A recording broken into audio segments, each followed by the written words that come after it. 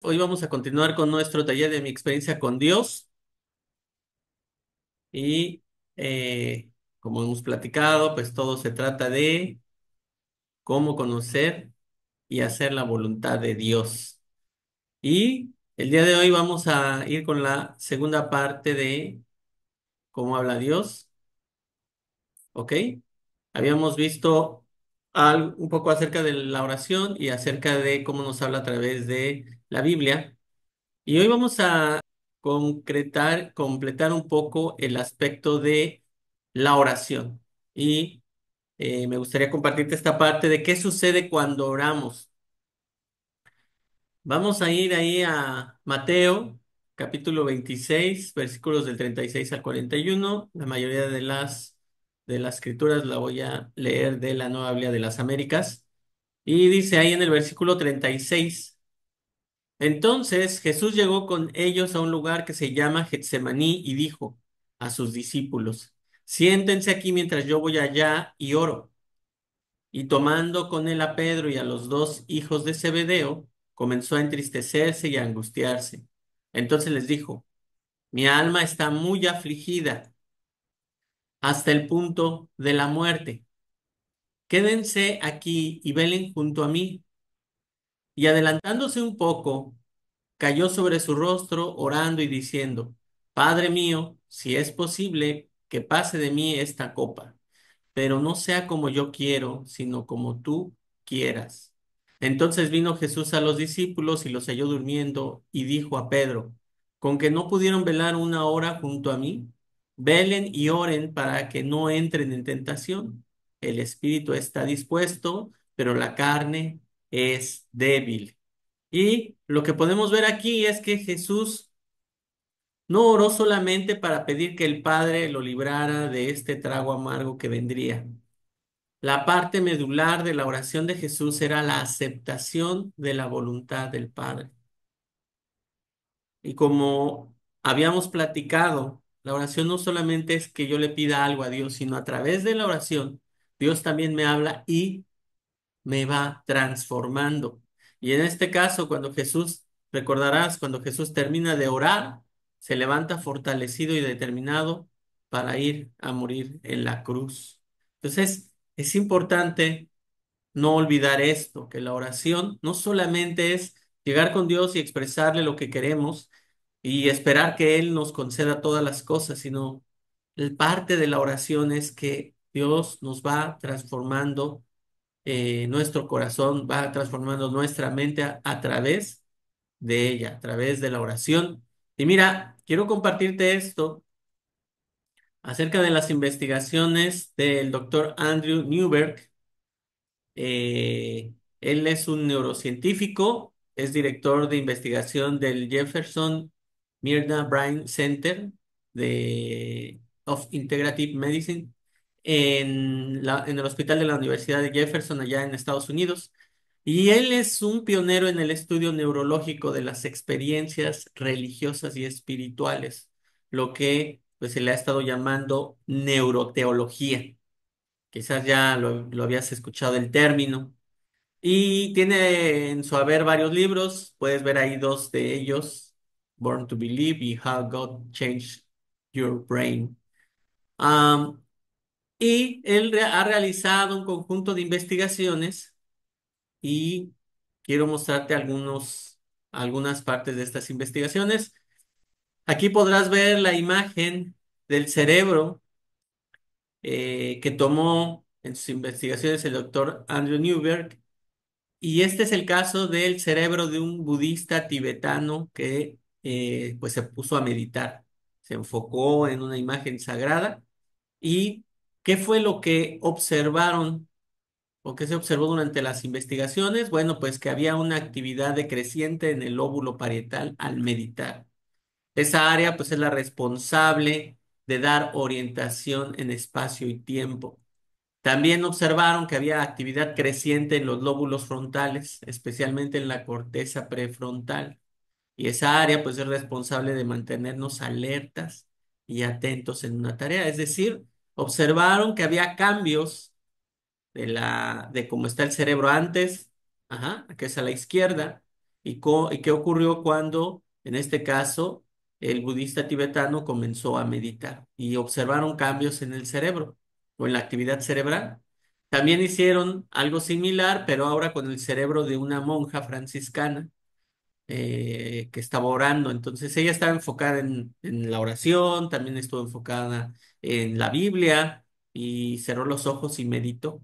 ¿Y qué fue lo que encontraron? Bueno, pues encontraron una actividad creciente en los lóbulos frontales, al igual que con el budista, una actividad creciente en el lóbulo parietal inferior, que es el centro del lenguaje, obviamente, porque estaba hablando y también actividad decreciente en el lóbulo parietal superior, que es el área de la orientación. Entonces, nuevamente, cuando eh, hicieron este experimento y revisaron la actividad cerebral, notaron cambios importantes en el caso de esta monja que estaba orando.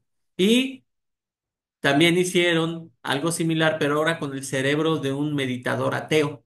Entonces él se puso en este caso, a meditar en el concepto de Dios y pues al revisar las mediciones, o al revisar qué es lo que pasaba, no hubo un incremento significativo en lóbulos frontales como en los otros casos. Tampoco logró activar estructuras involucradas en la meditación, ¿no? Aun cuando se enfocó en el concepto de Dios. ¿O ¿Por qué? Porque realmente no creía en él.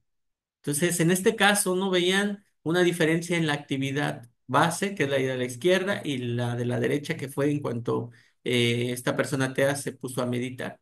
Entonces, al final de cuentas, el doctor Newberg llegó a algunas conclusiones. En el caso del budista y la monja, la actividad en el tálamo era asimétrica, un lado más activo que el otro. Es decir, había una percepción única de la realidad.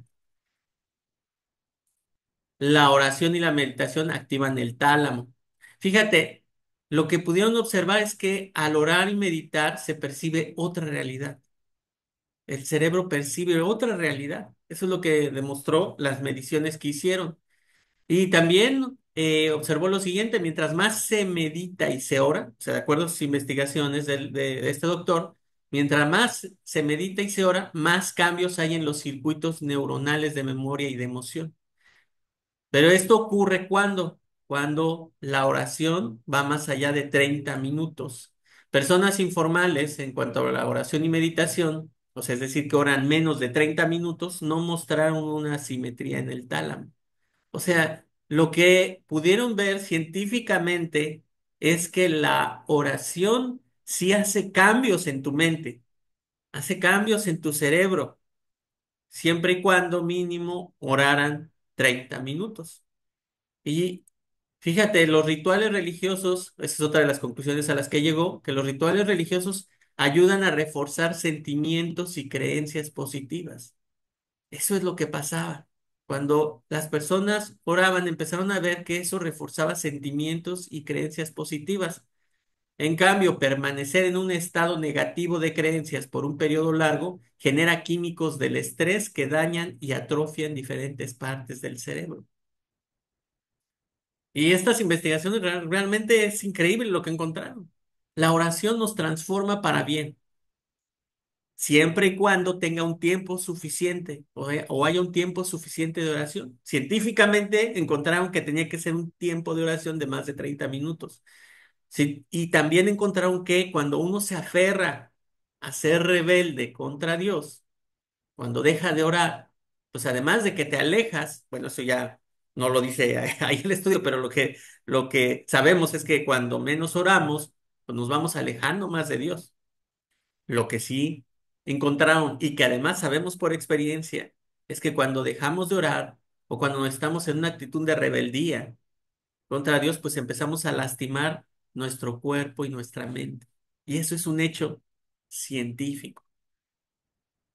Y pues espero que eso también nos ayude reflexionar, a reflexionar acerca de esto, ¿no? Ahora desde el punto de vista de la ciencia. Efesios capítulo 6 versículo 18, ¿qué nos dice? Con toda oración y súplica, oren en todo tiempo en el Espíritu, y así velen con toda perseverancia y súplica por todos los santos. ¿Cuál es la clave? ¿Cuál es la clave? Perseverar en la oración es la clave. Perseverar en la oración puede hacer una gran diferencia en nuestra vida, hermano. Lo sabemos cuando lo hemos practicado y ves la diferencia en tu corazón, ves la diferencia en tu mente. Ahora la ciencia también está llegando al mismo punto. Te ayuda, te beneficia cuando oras realmente con fe durante suficiente tiempo. Romanos 12:3 dice, y no se adapten a este mundo, sino transfórmense mediante la renovación de su mente para que verifiquen cuál es la voluntad de Dios, lo que es bueno y aceptable y perfecto. ¿Cómo se va a renovar nuestra mente? ¿Cómo es que vamos a dejar el pecado atrás? ¿Queremos dejar de ser presa de las ideas negativas del mundo? Pues lo que nos dice la Biblia y lo que ha encontrado la ciencia, perdón, es que orar transforma nuestra mente. Queremos que nuestra mente sea transformada. Necesitamos ir en oración a Dios. Por eso comentábamos la ocasión anterior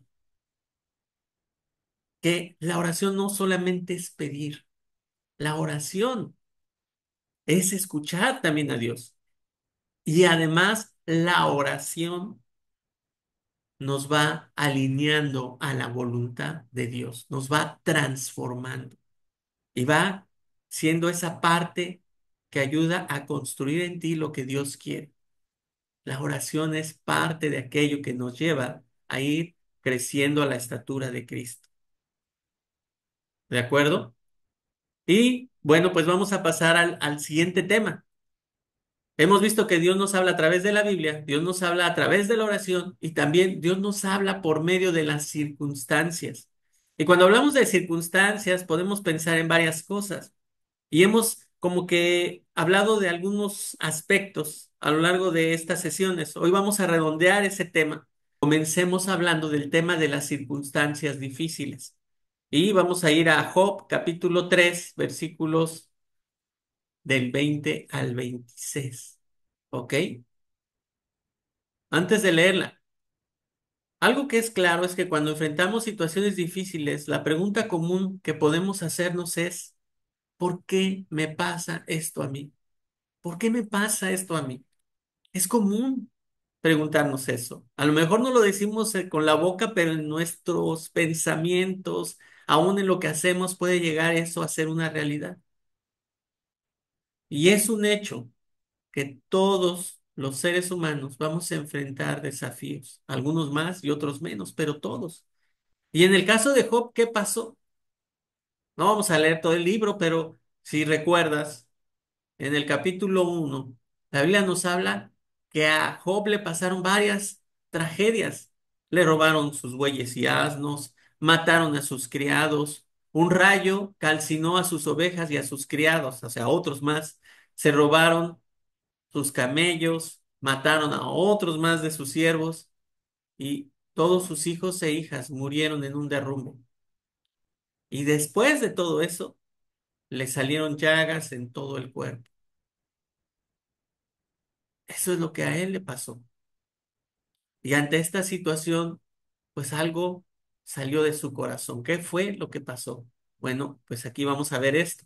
Job 3:20 dice, del 20 al 26, ¿por qué se da luz al que sufre y vida al amargado de alma, a los que ansían la muerte pero no llegan y cavan por ella más que por tesoros, que se alegran sobremanera y se regocijan cuando encuentran el sepulcro? ¿Por qué dar luz al hombre cuyo camino está escondido y a quien Dios ha cercado? Porque al ver mi alimento salen mis gemidos y mis clamores se derraman como agua, pues lo que temo y viene sobre mí y lo que me aterroriza me sucede. No tengo reposo ni estoy tranquilo, no descanso, sino que me viene turbación. Así se sentía Job. Y si lees el resto del libro de Job, te darás cuenta que la respuesta que le daban sus amigos, entre comillas, muchas veces y en general no fue la correcta. Parte de lo que a veces le expresaban es que todo eso podría ser causa de su pecado. Pero bueno, pues el pecado no siempre es la razón de los problemas. Cuando enfrentamos situaciones difíciles, podemos llegar a interpretar estas situaciones como que Dios ha dejado de amarnos. Puede llegar a pasar. E inclusive podemos llegar a enfadarnos con Dios y a culparlo. Y en ocasiones no lo decimos, pero nuestras acciones denotan que estamos enfadados con Dios. En su divina voluntad e infinita sabiduría hay ocasiones en que Dios escoge no curar o proteger a alguien. Cuando pasan cosas malas en nuestra vida, la realidad es que solamente Dios sabe la razón. Pero la realidad es que su amor, que el amor de Dios por nosotros no cambia. Y eso tiene que quedar grabado en lo más profundo de nuestro corazón y de nuestra mente. Las situaciones difíciles no quieren decir que Dios ha dejado de amarnos. Las situaciones complicadas no indican eso. El amor de Dios por nosotros no cambia. Y eso es algo a lo que debemos de aferrarnos y es de lo que hablamos en otras sesiones. También habíamos dicho que hay ocasiones en que le pedimos a Dios una cosa y nos da otra, ¿sí? No voy a leer la escritura nada más para que te acuerdes de lo que mencionamos, de lo que dijimos aquella ocasión. Y algo que mencionamos es que en algunas ocasiones puede ser que Dios se niegue a decirnos sí a alguna de nuestras peticiones, porque Dios tiene algo más grande reservado para nosotros. Esa puede ser otra de las razones por las que pedimos y no tenemos lo que pedimos, sino otra cosa. Pero además hay otro tema. En otras ocasiones sentimos que Dios no nos da respuesta, que no nos dice nada. Es como si Dios guardara silencio. ¿Y por qué puede ser que Dios esté guardando silencio? Mira, vamos a leer estos versículos en Juan capítulo 11, versículo 32. Al llegar María a donde estaba Jesús, cuando lo vio, se arrojó a sus pies diciendo, Señor, si hubieras estado aquí, mi hermano no habría muerto. Te acordarás que María eh, había mandado a buscar a Jesús, que había mandado a buscar a Jesús para que fuera a sanar a Lázaro porque estaba enfermo. Sin embargo, tiempo después, Jesús llega ya cuando había muerto Lázaro y entonces viene este sentimiento en María. Juan capítulo 11 versículo 39 al 40 dice, Quiten la piedra, dijo Jesús. Marta, hermana del que había muerto, le dijo, Señor, ya huele mal, porque hace 4 días que murió. Jesús le dijo, ¿no te dije que si crees verás la gloria de Dios?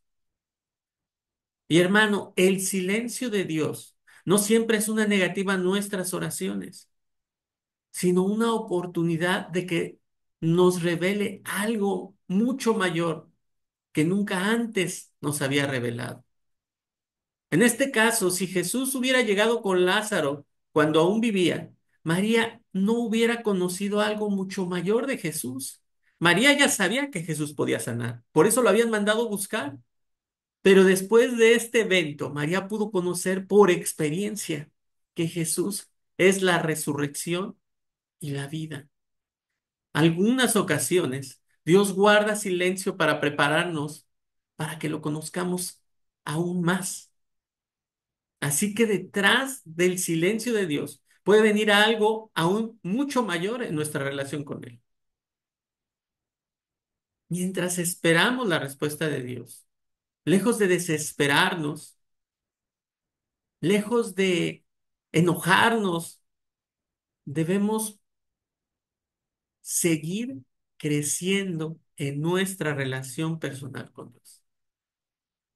Sigue adelante, hermano, con esa relación de amor. Necesitamos seguir creciendo en nuestra relación íntima de amor con Dios, mientras esperamos la respuesta de Dios, mientras esperamos que Él nos revele cuál es su plan y qué quiere que hagamos. Pero también es cierto, y no podemos olvidarlo, que el silencio puede ser debido al pecado, puede ser debido a que hay pecado. Isaías capítulo 59 versículos del 1 al 2 dice, la mano del Señor no es corta para salvar, ni es sordo su oído para oír. Son las iniquidades de ustedes las que los separan de su Dios. Son estos pecados los que lo llevan a ocultar su rostro para no escuchar. Ciertamente, el pecado puede separarnos de Dios. Cuando percibamos que Dios guarda silencio, necesitamos repasar los eventos de nuestra vida y reflexionar si existe o no algún pecado no confesado. Sí puede haber varias razones, como hemos visto, pero una de ellas puede ser el pecado. Y, y en este caso, Black en su libro también menciona eso. Decía, ¿sabes? Cuando viene el silencio de Dios, comienzo a repasar mi vida y ver si hay algo que está estorbando, algo que necesita tratar. Si, si es así, si hay pecado en tu vida, ve con Dios y reconoce tus faltas, pídele perdón y busca ayuda. Hermano, esto necesitamos hacerlo cada uno de nosotros. También es algo que necesitamos ver cuando vemos que hay un cierto silencio de parte de Dios. Santiago capítulo 5 versículo 16 dice, por tanto, confiésense sus pecados unos a otros y oren unos por otros para que sean sanados. La oración eficaz del justo puede lograr mucho. ¿Por qué es importante buscar ayuda? Por lo que dice aquí esta escritura, ayudarnos unos a otros con las necesidades que hay en nuestro corazón hace una gran diferencia. Es importante tratar las debilidades de nuestro corazón y también buscar ayuda de otros, que otros puedan orar por nosotros, que otros puedan aconsejarnos también y poder ir saliendo adelante de lo que sea que esté estorbando. Pero entonces, ¿cómo responder ante diferentes circunstancias de nuestra vida, buenas o malas? ¿Qué deberíamos de hacer? Bueno, pues lo primero es aceptar sin ninguna duda que Dios demostró su amor total por nosotros en la cruz. Lo primerito, antes que cualquier cosa, es que necesitamos estar seguros 100% del amor de Dios. Si esto es una debilidad, si no estamos seguros, otras áreas de nuestra vida pueden ser arrastradas por esta inseguridad. Entonces, lo primerito es aceptar el amor de Dios, aceptar sin lugar a dudas que Dios nos ama. No pongamos en tela de juicio el amor y la sabiduría de Dios. ¿Cuál es el segundo punto? Pues no intentar comprender quién y cómo es Dios desde el centro de nuestras circunstancias. Mirar desde nuestra incertidumbre, desde nuestro sufrimiento, desde nuestro dolor, nunca nos va a permitir conocer la verdad. No podemos mirar desde ahí. No sabemos cómo es que Dios va a utilizar las experiencias buenas o malas que estamos viviendo. Dios puede usar todo eso para construir nuestro carácter o para influir en otras personas o para atraer más personas hacia Él. Nuestra perspectiva es limitada. O sea, nosotros vemos aquí un pedacito, poquito nada más, y difícilmente. En cambio, Dios ve la película completa. Solo Dios conoce los resultados a largo plazo. Solamente Él puede verlo todo. Precisamente por ello debemos mantener nuestra confianza en Dios y en su amor. Paso 3: orar a Dios y pedirle que nos ayude a ver nuestra situación desde su perspectiva. Necesitamos ir con Dios y rogarle que nos ayude a ver todo desde su perspectiva. ¿Qué será lo que Dios nos está queriendo decir? ¿Hacia dónde quiere que caminemos? No sabemos nosotros, así que necesitamos ir con Dios para que Él pueda revelarnos cuál es su plan, cuál es el propósito y no desesperarnos. Punto cuatro, evaluar las circunstancias a la luz de la Biblia. Ok, a ver, estas circunstancias, yo creo que me están dirigiendo hacia la izquierda. Yo creo que me están dirigiendo a hacer esta acción. A ver, eso que tú crees que Dios te está mostrando a través de las circunstancias, necesitamos analizarlo a la luz de la Biblia. Necesitamos revisar en la Biblia los mandamientos de Dios y la forma en que Dios ha trabajado en la vida de otras personas para entender con mayor claridad cómo es que Dios ha trabajado, cómo está trabajando y cómo trabajará en nuestras vidas. A través de su palabra escrita, Dios nos ayudará a comprender nuestras circunstancias. Como habíamos mencionado, lo que Dios nos dice o lo que Dios nos diga no puede ir en contra de su palabra escrita. No puede. Si en nuestra mente está hacer algo que va en contra de la voluntad de Dios, si creemos que las circunstancias nos están llevando a hacer algo que está en contra de la voluntad de Dios, entonces no es Dios. Nos estamos engañando y necesitamos ser cuidadosos con ello. Paso 5, revisar lo que Dios ha hecho anteriormente en nuestra vida y hacia dónde nos ha dirigido, ya que es importante para entender lo que Dios está haciendo ahora. A lo largo de nuestra vida, Dios nos va guiando, nos ha ido guiando de una forma, por un sendero, hacia un destino. ¿Qué es lo que Dios ha estado haciendo en nuestra vida? ¿Hacia dónde nos ha estado llevando? Si podemos reflexionar en lo que ha pasado anteriormente, eso también es algo que nos puede ayudar a entender hacia dónde vamos ahora, hacia dónde Dios quiere llevarnos ahora. ¿Qué es lo que ahora Dios está haciendo? ¿Cuál es el plan al cual Él quiere que me una? Y un paso más, ajustar nuestra vida a Dios y a lo que Él nos ha estado revelando, que está haciendo ahora.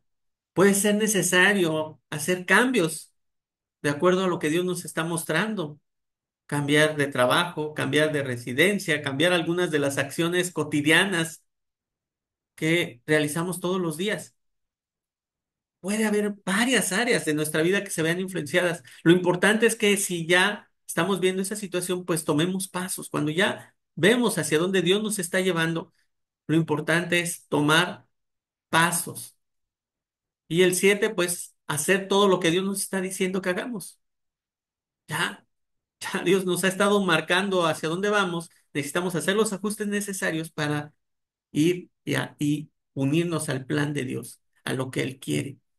Y a lo mejor puede ser complicado, pero necesitamos ser muy fieles. Y el 8, experimentar la obra de Dios en nosotros y a través de nosotros para cumplir sus propósitos. Cuando nosotros vamos y nos unimos al plan de Dios, vamos a experimentar la obra de Dios en nosotros y a través de nosotros. Y Dios va a cumplir sus propósitos. Y Dios nos mostrará más acerca de quién es Él. Y lo podremos conocer aún más. Y eso podrá llenar más nuestro corazón de fe. Pero la clave de todo está, ¿sabes en qué? En perseverar. La clave está en perseverar. No es fácil, no es sencillo. El mayor reto ante las circunstancias difíciles de nuestra vida es perseverar. Pero solamente perseverando es como vamos a poder entender lo que Dios quería al dejarnos pasar por tal o cual situación. Es la única forma. No es fácil. A veces quisiéramos saltarnos ese capítulo de nuestra vida. Ya pasó, como si le adelantáramos a la película. Vamos a saltarnos la parte fea, la parte difícil. Pero no se puede. Necesitamos perseverar, hermano. No es sencillo, no es fácil, pero es lo que necesitamos para que Dios pueda revelarnos qué es lo que Él quería en esa situación. Sin embargo, también es cierto que no podemos olvidar que hay cosas que ocurren en nuestra vida que tal vez nunca entenderemos hasta que Dios nos las revele un día en el cielo. Quizás algunas cosas van a ser así. No las vamos a entender hasta que estemos un día delante de su presencia. Pero aún en este caso, aunque en esta vida no recibiéramos una respuesta, necesitamos perseverar aferrarnos a confiar en el amor de Dios. Y un comentario final acerca de este tema es que el que una circunstancia sea fácil o sea difícil no es un indicador de la voluntad de Dios. Más bien necesitamos escuchar de forma espiritual, como ahorita acabamos de ver, para saber cuál es su voluntad. Entonces, no descartes algo por lo difícil o lo fácil, sino más bien por todo lo que Dios puede estarte expresando. Necesitamos analizarlo de forma espiritual, como acabamos de mencionar en estos pasos. Y la otra parte, Dios nos puede hablar por medio de la iglesia. Dios nos habla a través de su palabra, Dios nos habla a través de la oración, Dios nos habla a través de las circunstancias y Dios también nos puede hablar por medio de la iglesia. Aquí vamos a ver la primera carta de Pedro, capítulo 2, versículo 9 al 10. Dice, pero ustedes son linaje escogido, real sacerdocio, nación santa, pueblo adquirido para posesión de Dios, a fin de que anuncien las virtudes de aquel que los llamó de las tinieblas a su luz admirable. Ustedes en otro tiempo no eran pueblo, pero ahora son el pueblo de Dios. No habían recibido misericordia, pero ahora han recibido misericordia. Esta es la manera en que Dios se expresa de su iglesia. La iglesia es parte del plan de Dios para llevar su salvación a la humanidad. Fíjate cómo se expresa de nosotros, que somos parte de su iglesia.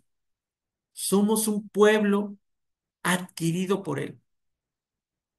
Somos sacerdocio real, linaje escogido, nación santa.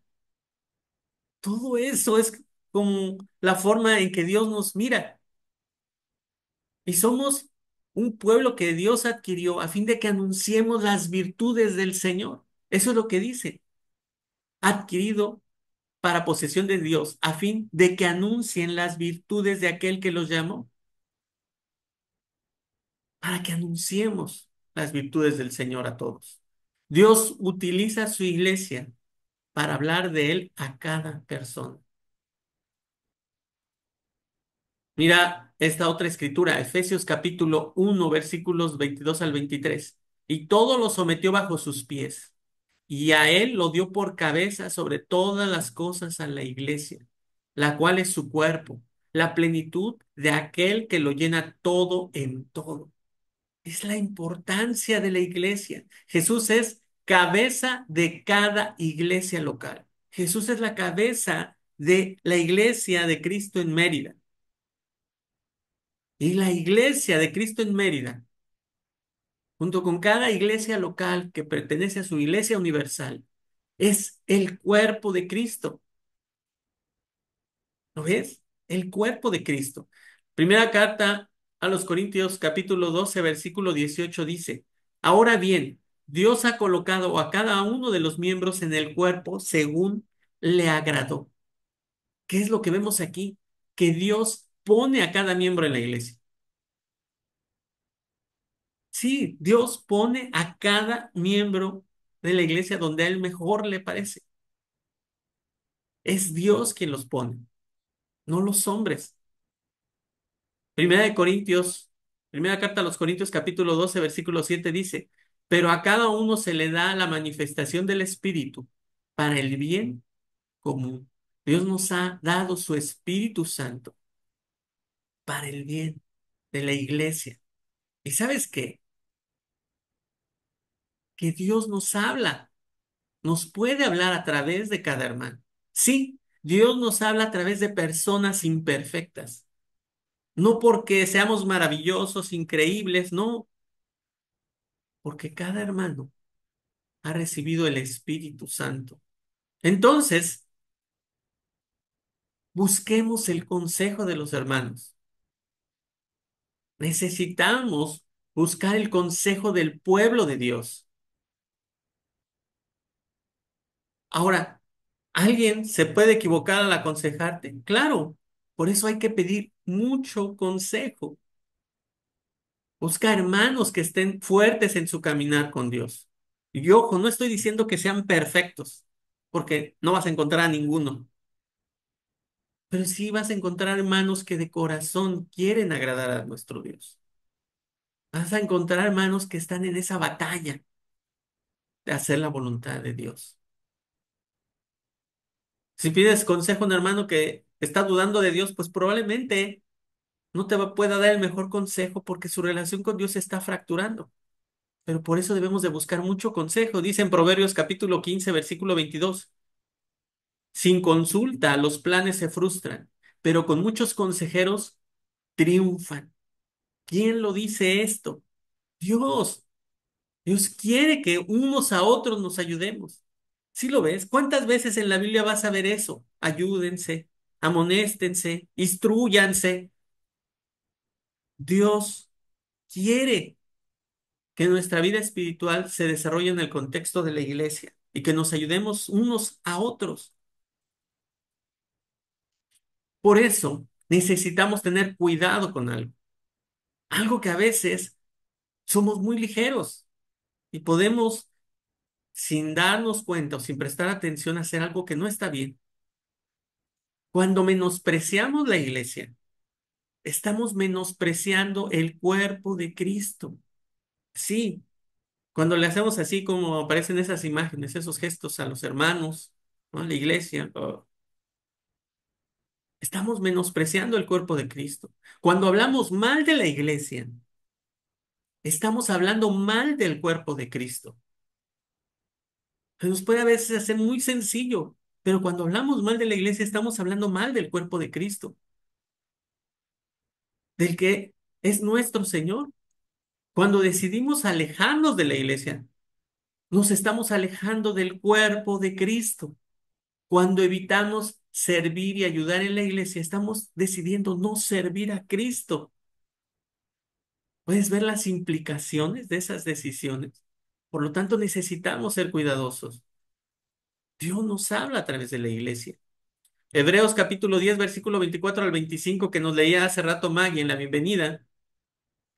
Dice, consideremos cómo estimularnos unos a otros al amor y a las buenas obras, no dejando de congregarnos como algunos tienen por costumbre, sino exhortándonos unos a otros y mucho más al ver que el día se acerca. Si hemos errado, hermano, regresemos a las bases bíblicas. ¿Le has preguntado a Dios cuál es el plan que tiene para ti dentro de su iglesia? ¿Se lo has preguntado? A veces podemos estar solamente orbitando en la iglesia, así como un satélite que orbita alrededor de la Tierra, solo llegando y escuchando, pero sin participar activamente. Dios no agrega miembros a la iglesia por accidente. Dios tiene un plan especial para ti, hermano. Para cada uno de nosotros hay un plan especial dentro de su iglesia. ¿Lo crees? Necesitas creerlo porque es cierto. Necesitamos orar a Dios preguntando, ¿cuál es la obra que está realizando en la iglesia para unirnos a ella? ¿Has orado algo así? Dios, muéstrame cuál es tu plan. ¿Qué es lo que tú estás haciendo ahora en la iglesia para yo unirme a ese plan? No hacer yo mis propios planes aparte. No seguir mis propias ideas. No, no, no. O sea, ¿tú qué estás ya haciendo en la iglesia para yo unirme a ese plan? Si no has orado a Dios específicamente por eso, hoy es un buen día para comenzar. Quiero dejarte con este mensaje final precisamente de Henry Blackaby en su libro de Mi experiencia con Dios que estamos tomando como base para este taller. Y él escribe esto: Dios habla para revelarse a sí mismo y revelar sus propósitos y sus caminos. Espero que eso para nosotros sea ya algo que creamos absolutamente. Cuando lo que dice por medio de la Biblia, la oración, las circunstancias y la iglesia mantiene su uniformidad, puedes continuar en forma confiada para seguir la dirección de Dios. Lo que está diciendo es, si la Biblia, la oración, las circunstancias y lo que te dicen los hermanos en la iglesia, todo te lleva al mismo camino, todo apunta al mismo lugar, entonces ya podemos tener la certeza de que ese es el plan de Dios. Eso es lo que Dios me está diciendo. Y podemos caminar en ese sentido. Podemos comenzar a seguir la dirección de Dios. Y pues para terminar, la escritura para memorizar es la que acabamos de leer hace un momento. Ok, Hebreos 10 versículo 24 al 25, por si no te la memorizaste el día de hoy. Tienes oportunidad de memorizarla en esta semana para que la tengas lista para el siguiente tiempo que vamos a tener hombres y mujeres. ¿Ok? Entonces esta es la escritura para memorizar. La tarea, pues repasar esta clase y memorizar la escritura que acabamos de mencionar para nuestro siguiente tiempo de hombres y mujeres. Y esto fue la unidad 6, Dios habla, parte 2.